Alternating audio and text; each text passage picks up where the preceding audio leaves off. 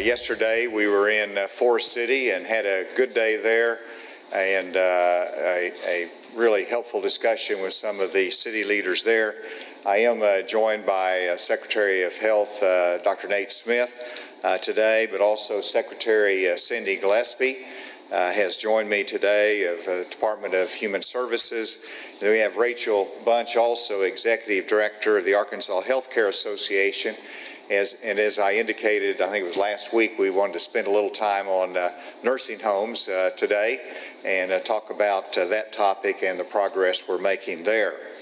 As I mentioned yesterday, we were in Forest City, and just to recap, Saturday we had an emphasis on testing in Forest City, and 550 tests were done in Forest City on Saturday, and this is I think the most extensive testing we've done in any community since this started.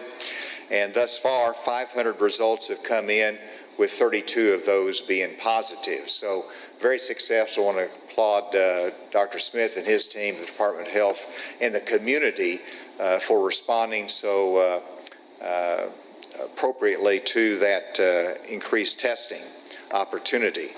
Yesterday we had 4,813 cases of COVID-19 in Arkansas. Today we're up an additional 110 cases. That brings us to 4,923. In terms of hospitalizations, we had 77 hospitalizations yesterday. We're up 1 to 78. In terms of deaths, we've had additional 2 deaths. That brings us to 102 here in Arkansas. If you look at the graphs, you'll see this result, the number of new cases in Arkansas, and the last one, as you can see, being the second highest in terms of the community. I noted that, and I'm sure you're noting that as well, which reflects increased testing, but also the fact that we have still work to do in Arkansas, and it's a reminder to be careful. The next chart is the 7-day rolling average, which still keeps us on a good trajectory, although we'd like to see that go down more. And then the next one is the number of active cases in Arkansas, which mirrors really the portion of the current cases, the cumulative cases we have, minus those that have recovered, gives us the active cases, as you can see. And then these are reflecting the number of hospitalized COVID patients. Again, our peak was about 110, and we're down less than 80 at the current time at 78. And then with that, I just want to remark that we continue the effort for 60,000 tests in the month of May. And in May, thus far, we've had 39,700 tests, so we're on our way toward our 60,000 goal. Yesterday, we had 3,014 tests with a positivity rate of 1.5%. And now I mentioned we wanted to focus on our nursing homes just for a minute, and I wanted to thank our nursing home workers and the residents of our nursing homes that have been through a lot.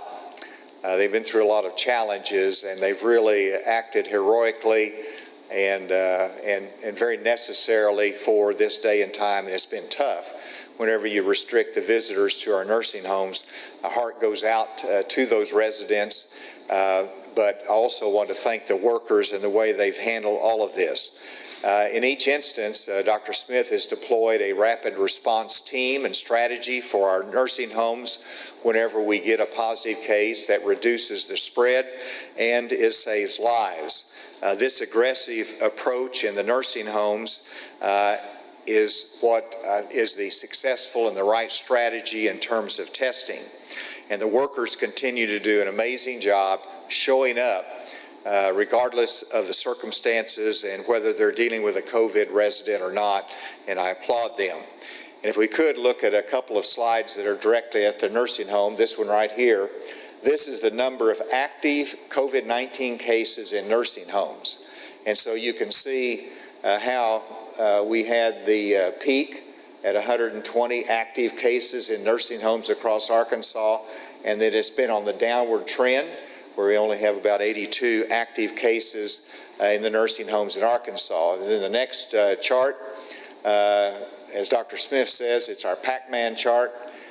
He recognized quickly, but here you see in the yellow that these are nursing homes in Arkansas with zero COVID-19 cases. And so that's 192 nursing homes in Arkansas with 0 cases, 18 with 1 case, 10 with 2 to 5 cases, 1 with 6 to 10 cases, and then there's 6 with 11 or more. And so you can see the pie chart for those smaller numbers, but the vast number of 192 have 0 cases.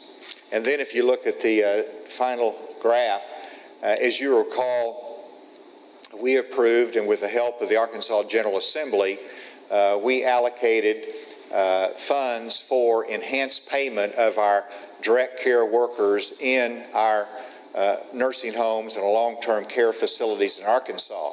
And so the first payments went out on May 1, 2020 of $1.7 million, then processed to be paid on May 8th, May 15th, and May 22nd, which is still one coming, but all of these have been approved and processed. It totals over $21 million, and this will go to over 8,000 employees in long-term care facilities in Arkansas, and I think this is enhanced payments that are well-deserved, and we're delighted to get those out the door and in their hands. I did want to make one announcement today, and that is looking to the future in terms of our nursing home care and the protection and safety of our nursing home residents and staff. Beginning June 1, our goal is to test every nursing home resident and staff person in a nursing home facility in Arkansas. This will result in approximately 40,000 to 50,000 new tests simply by testing staff and nursing home residents next month in June in those facilities. If you add to that, of course, our routine testing, you're going to see a very large number of tests next month here in Arkansas. This additional testing will better protect our nursing home residents, it will protect our staff, and it'll give confidence to our staff, our residents, that we're doing everything we can to make sure that there is no spread and contagion in these facilities. And so I want to compliment Dr. Smith for developing these plans, and I also want to express appreciation to the Health Care Association and Rachel Bunch, because they've been an extraordinary partner in making sure that the care is provided, and it's been a good team effort. So, Dr. Smith. Thank you. I want to reiterate the governor's remarks about our work with the nursing homes. I think the facilities have worked together with us very well to really minimize the number of cases, the number of deaths in particular, that it could have been. It is possible that COVID-19 is much, much worse in these facilities, but due to a rapid response approach. And I'm also very encouraged that we're going to be able to move into a total screening of all residents and all staff come the beginning of next month. And I want to particularly call out Dr. Naveen Patil, who is our medical director for infectious diseases, and Kelly Garner, who leads our healthcare-associated infections team. They've been working very closely with Rachel and with the facilities on this. I want to give a few details on the numbers that the governor provided. We did have 110 new cases. Of those, 4 were in correctional institutions or correctional facilities. 106 were considered community. So our total is 4,923. Of those, 1,082 are considered active cases. Of our active cases, 83 are in nursing homes, 369 in correctional facilities, and 630 are in the community. I want to give a brief update on our nursing homes. We currently have 325 residents who have tested positive for COVID-19. That's an increase of 1 from yesterday. And we have 189 staff who have tested positive. That's an increase of 2 from yesterday. I'll briefly give an update also on our correctional facilities. The testing that was done at the FCI, the Federal Correctional Institute in Forest City, by the CDC and the prison itself, the FCI itself, we're getting those results back. The testing completed on Saturday, and we have currently a total of 585 inmates who have tested positive and 17 staff. As the governor mentioned, I believe we have 78 currently hospitalized. That's a net increase of 1 from yesterday. We have 14 currently on a ventilator. That's an increase of 2 from yesterday. And we've had 2 additional deaths, so we're at 102 deaths.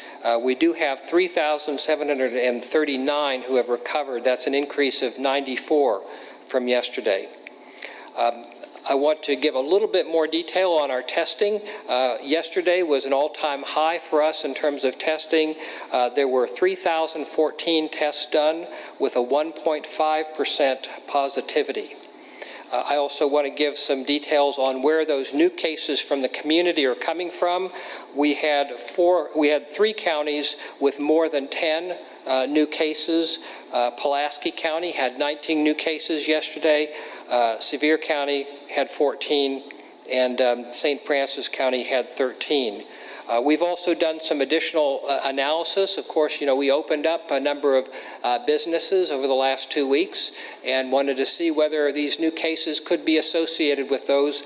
And the short answer is not really. We've had a total of all of our 1,082 active cases. Only 3 of them had reported being to a restaurant within that incubation period. Only 6 had reported being to a barber shop, 10 to a church, 3 to a daycare, and 4 to a gym. Each of those are 1% or less. So these activities don't appear to be driving our community cases at this point. As the governor mentioned, since we've pretty much tripled our testing rate, we are identifying a lot of cases, especially asymptomatic cases, that we weren't picking up before this. And if you look at the patterns of going up and down, that's not really a biological pattern. It's not usual that you'd have 50 new infections one day and 100 the next day and then back to 50 the next day. This is really more a function of our testing and where we've targeted our testing in the state. Hopefully, as we continue to increase our testing, identify more of these new cases, interrupt the spread of COVID-19, we'll see those numbers stabilize and also go down. With that, I'll go ahead and turn it back over to the governor. Thank you, Dr. Smith. And as I said, Secretary Gillespie has done a great job in getting these funds out to the direct care workers in our long-term care facilities, working with Rachel Bunch with the Healthcare Association. She's done a remarkable job both with the facilities themselves and any positive cases, but also in the assistance provided in getting these funds out. So Rachel, if you could come and make your comments.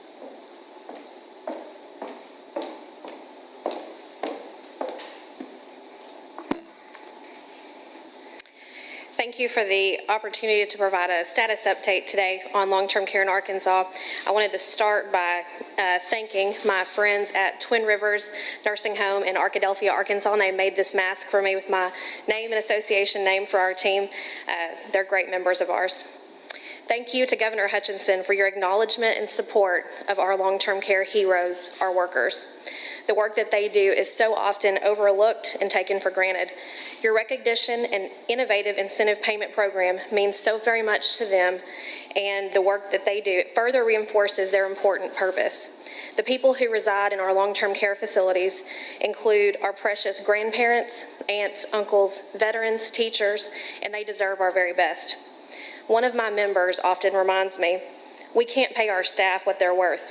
We are indebted to these people, and the state of Arkansas is indeed indebted to them as well. They're at the bedside of our most elderly citizens every day. Many of these jobs aren't glamorous, yet our staff remain dedicated. They know now that housekeeping, laundry, dietary, and nursing are important now more than ever. Many of our staff members have volunteered for extra shifts during this time, covering for coworkers who might have contracted the virus or their family members might have contracted the virus, and they've made family sacrifices to keep coming to work.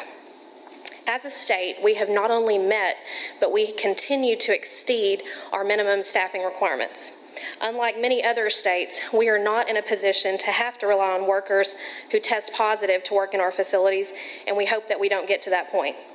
Through Governor Hutchinson and our legislature, these incentive payments make a real difference to many of our workers who are single parents, and many of those workers are now the only source of income due to the virus affecting their household. I wanted to talk briefly about testing. As the governor and Dr. Smith mentioned, our state has taken a proactive approach to testing in long-term care that's different than many other states. Anytime we have a positive worker or resident, we test the entire building, not waiting for other people to become symptomatic. I would also like to thank Dr. Patil, Kelly, and Pam with their team at the Department of Health, as they've been available to help us bridge the gap many times on nights and weekends to assist us with testing and giving us space in their lab when they have a quick need to respond. This approach has allowed us to identify positive asymptomatic workers and patients early so that we can move patients to areas that are unaffected and send those workers home until they get well. We will continue to work with private labs and the health department and are working together on the appropriate plan for statewide testing. As the governor mentioned, the administration released guidance this morning on nursing home reopening and plans for testing, and we'll be working with those, as we know family members in the community are beyond ready to come and see their loved ones. On a positive note, we've been working closely with the health department tracking these affected facilities and cases. A few things to note that I'm particularly proud of. One, 72 of our long-term care residents have now recovered. There are many stories I could tell you about all of these 72 people, but one in particular at the Walnut Ridge Nursing Home is a resident. She's 102 years old, had coronavirus, recovered, and has now moved back into her regular room. That's a big success. Two, 189 of our healthcare workers have recovered. Next, 19 of our facilities have been moved off of the list of active cases. This means that they have minimized or eliminated the spread of the virus that was living within their walls with a resident. This is an incredible accomplishment, and the work that they're doing is really paying off. 19 facilities have now come off of this list.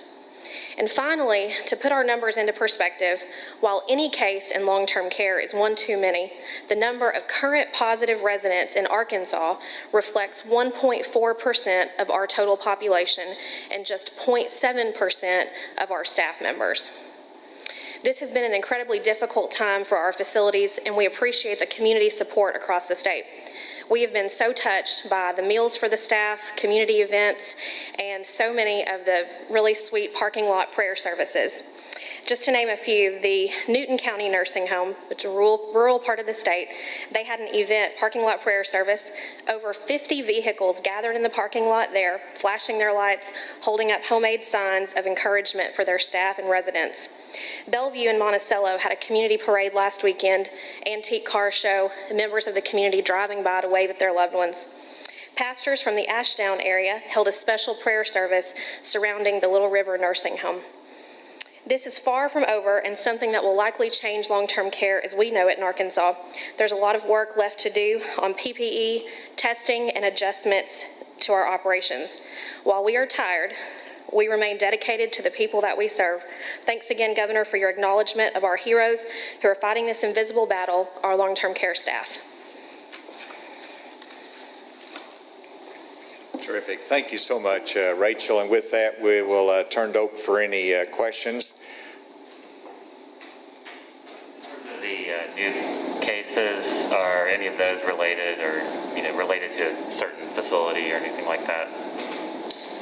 Dr. Smith?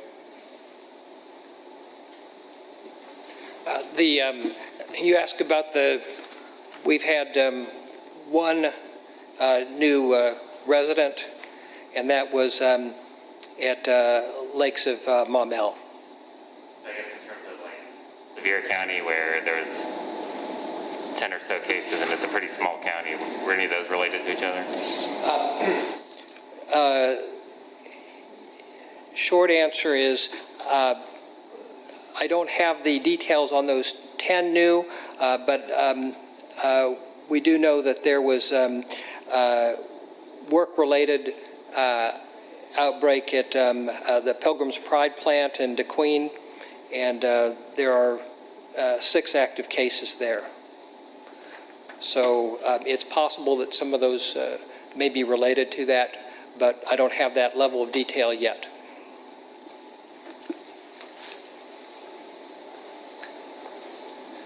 Yes.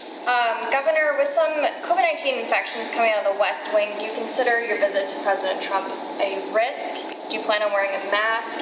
Are you considering self-quarantining after? I will be wearing a mask. I understand that is required in the West Wing, but I would be wearing a mask anyway. Secondly, they will be testing me before I go in to the West Wing, so that will actually be my first COVID-19 test. And beyond that, I expect to have a normal meeting with the President and return to Arkansas. Will that count as an Arkansas number or a D.C. number? You'll have to ask Dr. Smith. I hope it's no stat, 0 stat. I guess this question would be for Rachel over here. When you said there's still work to be done on PPE for nursing homes, what are we looking at there? When I said there's work to be done on PPE, it's definitely work in progress. A lot of the national reports you'll hear from other states that have been affected more so than Arkansas where they don't have PPE. That's not the case for any of our facilities that are affected. It's a day-by-day thing, and facilities don't have enough for every home if everyone were to be affected, but the regular supply chains are starting to come back into production and add to it. The association's coordinating PPE, some of the resources that the governor did the purchase on back to them. So it's a day-by-day thing, but they have what they need right now. Is there a certain region that's being hit a little harder than others? Is it more of a rural type thing? No, it's pretty much statewide, and we have people that help make deliveries constantly, PPE just where they need it. And some facilities, when all of this started, we were just coming out of flu season, and so a lot of the PPE that we were using was already low. So we've been working to try to get more, and it's a work in progress. I did want to recognize A.J. Gary, our Director of Emergency Management, and Secretary Cook has joined us, who is over public safety as Secretary of Public Safety. Thank you all for what you do day in and day out. Is there any question remotely? Yes, Governor, good afternoon. Steve Ledger in Hot Springs. All right, so Just a question. Go ahead. Thank you. A question for Dr. Smith. If he clarified the numbers on the active cases, because if I heard you right, Dr. Smith, 182 active cases, of which 369 are in correctional facilities. But a few moments later, I thought I heard you say they finished up the FCI testing and there were 585 positives in that. So I'm confused about that discrepancy. I'm gathering some of those are recovered. Yes, we have 1,082 active cases, and of those, 369 are in correctional facilities.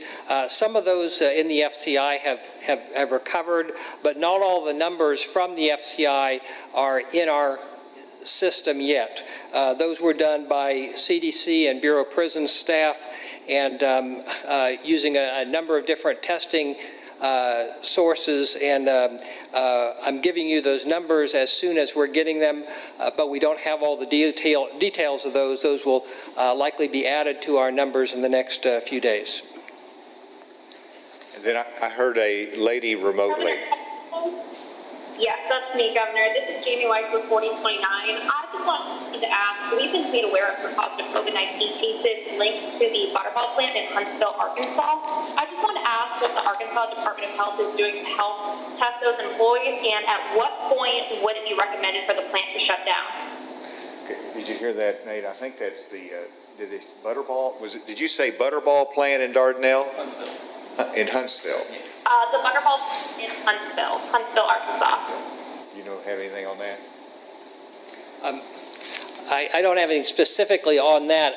When we have an outbreak in a work site, we do work with the work site, and in some cases they already have a plan for testing, and we just receive those results and help them to work through the contact tracing, et cetera. In other cases, we do go in and provide testing and whatever support is needed. In terms of when to shut down a plant, if they can continue operating safely, then there's no reason to shut down. If there are quite a few cases and they need to close for cleaning, then that's also acceptable. Usually we don't have to close a plant down for a period of time unless there are just so many people sick they can't continue to function. You mentioned the Pilgrim's Pride plant, just kind of along the same lines. Do you know how that's being handled there? In terms of that, what was exactly the question? Just like how they're responding to the cases there, like. I don't have detailed knowledge on that. We have some of our staff who specifically work with work sites on that, so we can take best practices, lessons learned, and we tailor it to the site, again, depending on the size of the outbreak and the capacity of the facility itself, what they need, we can tailor it to that. Yes. I think I heard Rachel say that 19 nursing home facilities were removed from the active list, and I wanted to see if that was with patients recovering with self-quarantining, or what exactly these facilities were doing. Will you repeat the end of it again? If like the patient were self-quarantining, or if they were passed away and then removed off of the active list, or what have these facilities been doing? So it's a variety. The majority of people, the vast majority of those patients have recovered. They've been isolated and received medical care there. Some of those patients might have gone to a hospital. That's a smaller number. Some have passed away. That's also a smaller number. But most of them recovered in the facility, and then they're able to move back to their other part. Does the goal to test in the nursing homes include human development centers? That is part of the goal, yes. Is there one more question remotely, and we'll be... Governor, I have one more question. I was looking for an update about the data breach with the website. Has an arrest been made, or any news on when that website's going to be back up and running officially? A good question, and there's two priorities that I have and my team has, and that is, one, to make sure that the site is secure to protect all of the applicants' personal information, and then once that's done, to get the money out the door for those that have been approved. And so that's a step-by-step process that they're working very, very diligently on. I can't give you a time frame on that. We have sent an email to the applicants to make them aware of where we are on this, but we've got to make sure that the system is secure, and then secondly, we want to go through with the process to get those checks out the door that people are really in need of. Governor, I have a question. This is Jacqueline Froelich at KUAF Public Radio. I have a question regarding those guidelines issued for elective dental services May 11th. There's a letter that was submitted by the Arkansas State Dental Association, a legal complaint saying they applaud the spirit behind Secretary Smith's efforts, but say that the directive is burdensome, and that dentists have followed strict protocols to stop the spread of infectious diseases historically, and they say that it's caused needless confusion, frustration, and harm. Have you seen the letter, and have you responded, sir? I did receive the letter. I have remarked that the letter that I received from the attorney for the Dental Association was the first notice that we had that there was any issue out there. Dr. Smith set up a dental advisory board that I met with. And that was based upon that discussion. The date was moved forward from May 18th to May 11th at really the request of the dental and the assurance that they had sufficient PPE. Since then, through this letter, additional questions have been raised, and it's my understanding that the Dental Advisory Board is going to meet again to consider those issues and to consult with Dr. Smith on that. Dr. Smith, did you have anything to add? Actually, the COVID-19 Dental Advisory Group met last night. I have not yet received a summary of that, but when I see that, we'll look at whatever adjustments might be needed. It sounded like some conversation needed to happen between the Dental Association and the Board of Dental Examiners. Part of the purpose of that group is that instead of lobbing letters over the wall at each other, people sit down and just talk through these issues and come up with solutions.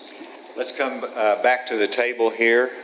Jay. So in terms of the PUA website, is everything on pause right now, or are those applicants that have already gone through some of that process, are those being processed in order to get money out to them? No, it's on pause because we want to make sure that it's secure and that it will be taken off of pause once we have the third-party forensic expert that comes in and gives us their report and analysis. Then we make a determination to take it off pause and to go through the final step of verification and hopefully getting the checks out.